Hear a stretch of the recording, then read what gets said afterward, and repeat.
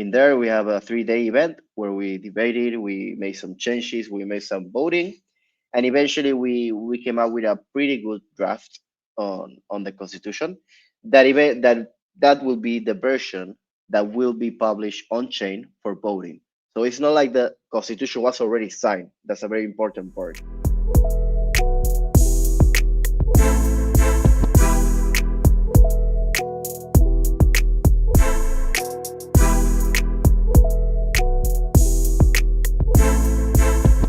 So the Cardano community signed a constitution at the Constitutional Convention.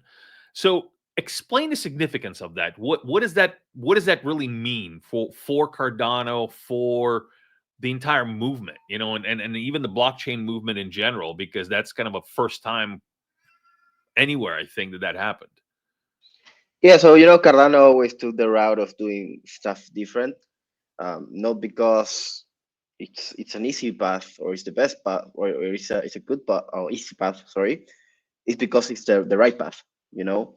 And in Cardano, I really feel we took this seriously when talking about governance. And what most blockchains decided to go to the direction of a foundation leading or a company leading or whatever organization leading the actual governance of the blockchain. In Cardano, we really took it seriously and said this should be community led, right? It shouldn't be one foundation leading, it shouldn't be a company or a founder. It must be from the community. Of course, this is not an easy task to do. So what the community and the most active leaders in the Cardano governance has been doing is a series of workshop which was over the past 2 years, and we started gathering feedback from people all around the world about how our community-led government should look like, right? SIP 1694 document was created. It was debated last year, 2023. I think there were over 30 workshops around the world, and there was a community meet in Edinburgh where delegates from workshops came over the world and discussed this government. And one of the first things that arise when we talk about how this decentralized government looks like, it was okay. We can have the best governance system in the world. We can have an amazing decision-making process, but eventually you're gonna need something that leads the way. You need a set of principles that lead and help you as a voter to decide on where we want to go as an ecosystem. And that's where the necessity of a constitution arises, because we need a set of principles to actually guide our voting process.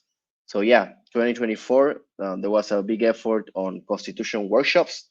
So there was an initial constitution draft, and there I think there were 63 workshops around the world where people from 50 countries or over 50 countries gathered and debated how a constitution should look like. There was an initial draft. There were many versions, and eventually each of these workshops elected two people to represent them for a Cardano Constitutional Convention, right? So we have 63 delegates and 63 alternates with them, and we all gather in December in Buenos Aires and in Nairobi for the Cardano Constitutional Convention.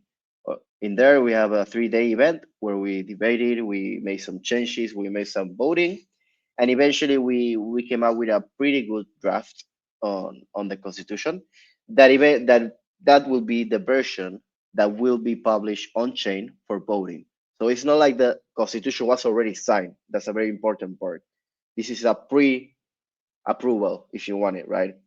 It has the legitimacy of over 1,400 people participating throughout the whole process.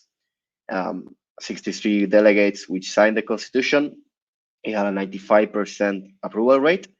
And yeah, I feel, at least as me as one of the delegates for Argentina, I feel that we got to a good enough point that we can pass the constitution.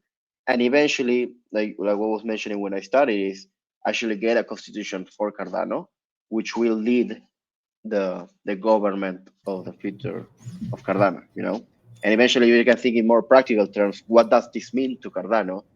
Basically, it help us organize ourselves. from a community perspective. We are no longer following institutions. Now we are doing it ourselves. We are creating committees, working groups, and a lot of stuff. Yeah, you want to say something, Brian? Yeah, I want to kind of ask you a question Yeah. based off of just what you were saying there, right? And you touched on some of these points, but decentralized governance is hard, and other Yeah. blockchains have tried it, and some. I don't know that anybody has truly succeeded, right, at this point. Mhm. There's a lot of challenges that come along with a decentralized government. Can you maybe talk about what you see as some of the challenges that face us here in the near future as we try to actually finalize that constitution? Yeah, so we're gonna have a lot of challenges, and the main challenge we have right now as an ecosystem is participation, right? Um, Cardano has a system based on liquid democracy, basically meaning that you can delegate your vote to a DREP, which we know as a DREP, which is a representative on the government that votes, basically. And right now, the main concern I have is the amount of people delegating and participating in this system. To give you an example, currently we have 9% of the ADA delegated to governance or to a DREP. So only 9% of the ADA out there is participating in governance. And if we want, for example, to pass something that will change the future of Cardano, we will only need 51% of that 9%. So eventually, we are thinking only 5% of the ADA delegated can change the future of millions of people, right? So I think right now the challenge for 2025 is to get those numbers up. It's going up recently with some wallets integrating delegation and everything. But that's the main concern is getting people involved, getting people participating, getting people delegating. And then we have a second challenge which people are not talking enough about, but it's probably even more even harder than getting delegation, which is basically how are we gonna organize ourselves? Because yes, we have an on-chain system, we have voting, we have all the structure you want, but we are not taking into account the human factor, right? How do we organize ourselves in groups? If we have a goal, right, we can vote on what the goal is, but then how do we organize ourselves on executing that goal?